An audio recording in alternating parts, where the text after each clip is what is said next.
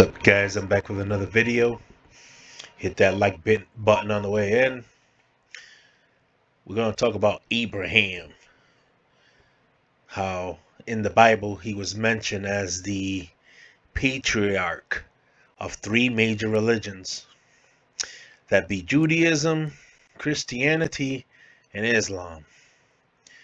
Now, the following that I'm about to say is for educational purposes only. This is not to create any type of conflict of any kind. This is just to pinpoint some things that connect if you look to the past and connect the dots. So for this, of course, I'm using Wikipedia. And I'm sure you guys can see from what I put up top. He was born, well, you will see it here, obviously, that Abraham was born in the city of Ur, according to the Bible. And Ur falls under the ancient Mesopotamian era. So we're going to go through this and I'm going to tell you guys a couple things that pretty much we're getting led to see, something that not everybody gets to see. Of course, we know his name at first was Abram.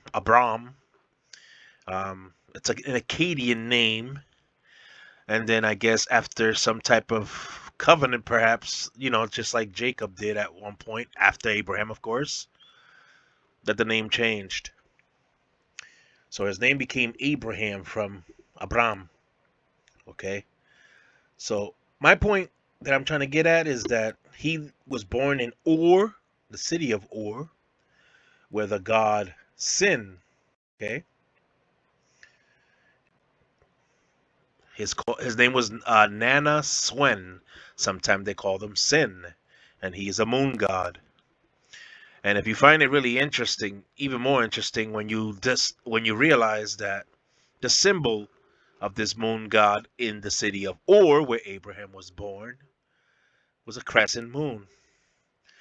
Interestingly, how Islam has a crescent moon as one of its main, symbols. Because, like I said, Abraham was the patriarch of what? Judaism, Christianity, and Islam. And then at some point it seemed that he left, according to the Bible now, that he left his father's house, Terah, which of course, as I just said, is Mesopotamia, in the city of Ur, because his father was also from Ur. This could possibly mean that, Abraham himself is a Sumerian. He might be. But, at this point, they call them Hebrews, I guess, or after Eber. So he settled in the land of Canaan. Think about this for a second, guys, okay? Because in the land of Canaan, you got to remember, all these places seem to have their own particular gods. So when Abraham went to Canaan, of course, it's still in the Bible. It makes it seems like the same God is referencing him to, go to Canaan, and I need you to do this and this and that. But Canaan had its own gods, right? Or were they the same gods? You decide. And so, I want to show you guys that over time, that when Abraham started moving on and passed on all his knowledge to his children and children's children and so on, we've gotten to the point where people say today that Moses was the creator of the 5 books of the Bible, when we know that cannot be possible. Because, of course, Abraham didn't live in those times. And so the only logical conclusion would be that Abraham would be the one to teach his people the Sumerian literature, at least a portion of it. Because remember, he was born in Mesopotamia, so it only stands to reason that he did pick up Sumerian beliefs and rituals along the way. And yes, we know that Abraham traveled in from Canaan He went all the way into Egypt. So here's another place where Abraham was said to have gone. Now, whether you believe Abraham existed as a real person, that is completely up to you to believe that he was a real person, because he only exists in the Bible, unless he's known by another name outside of the Bible. As some of you already know, some of these names seem to change over time. Just like if we were using the name Jacob, who became Israel over time. So his name changed. It's not like it stood the same. Or just like of course, I'm going to bring the story up. And one of the shorts I already did, but I want to go in depth to these stories so you guys see that there's a lot of things going on that not everybody picks up unless they kick back and pay attention to certain things. Noah is pretty much Ziusudra, but we're talking about Abraham. So I'm going to talk about Abraham first before I start diving into any other person of the Bible. Who do you guys think Abraham served?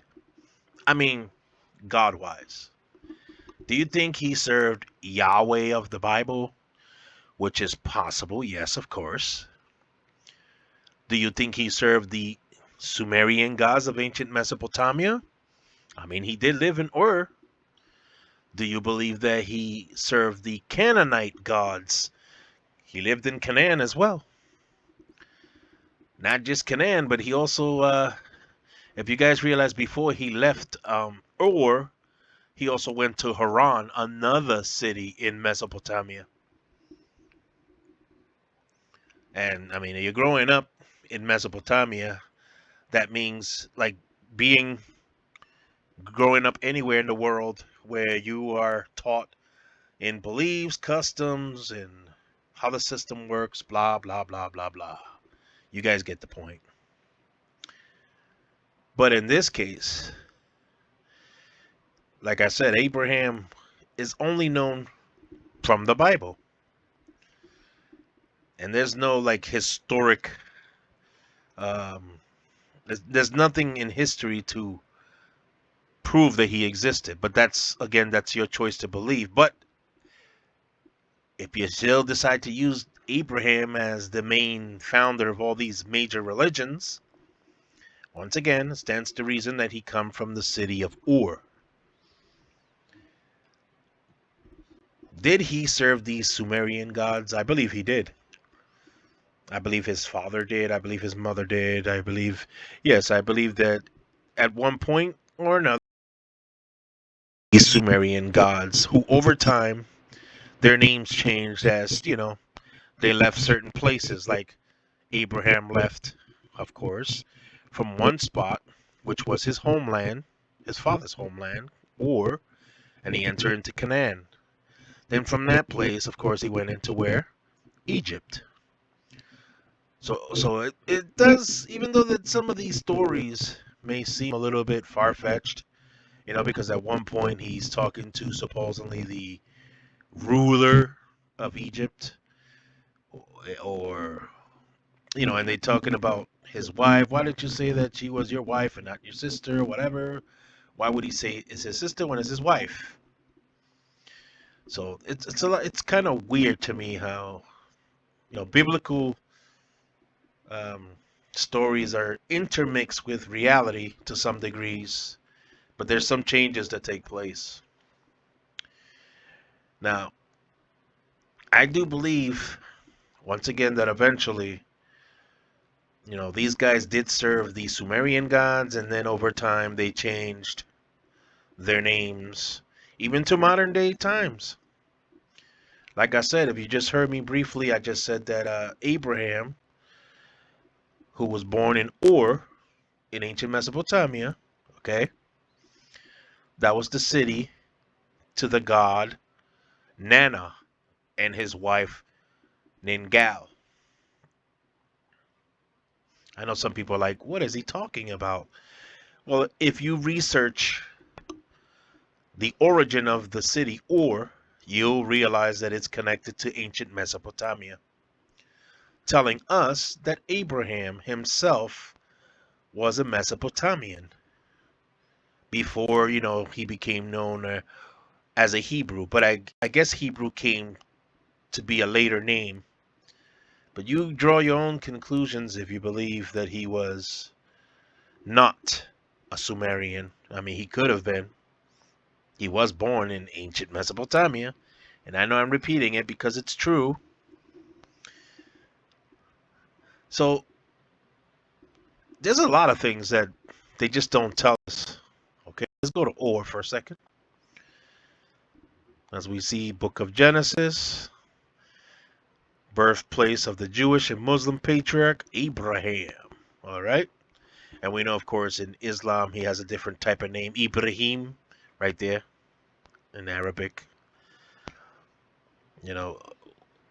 It's interesting how that influence became widely known all over the place of his existence, but there's no actual proof that he existed.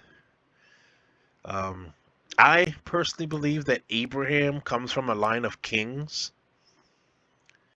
because once I get into the Noah story, you guys will realize that for some reason Noah is not known as a king as he should be a king because it's the same person as Ziusudra. All right, so we go here to another thing that's very interesting for you guys to know is that Nana was also called Swen or Sin, like the Bible sin. Pretty much the same.